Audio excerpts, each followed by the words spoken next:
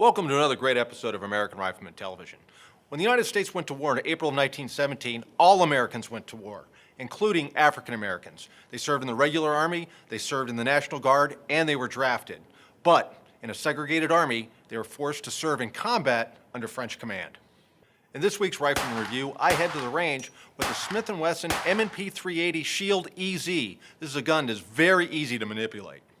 For I have this old gun, we look at a 1911 that's not a 1911 at all, and that's the Norwegian Model 1914. But right now, let's look at soldiers who fought but weren't equal.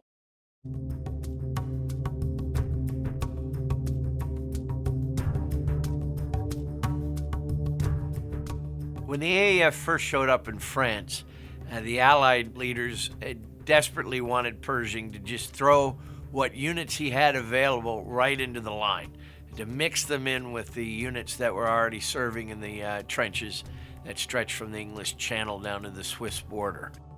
Pershing would not allow the AEF to be broken up in such a fashion. One concession he made to them was by sending the African American troops for use in the front lines. The Germans would ultimately nickname these African American soldiers fighting as a part of the AEF Hellfighters. And when you consider that the regiment drilled at its National Guard armory in Harlem in New York City, it's understandable that they would reach for and they would proudly accept this nickname, the Harlem Hellfighters. The Harlem Hellfighters speak to the racial situation in the United States at the time of the Great War. But they also speak to something very interesting, and that is a very large number of the men who would ultimately serve in the 369th Infantry Regiment.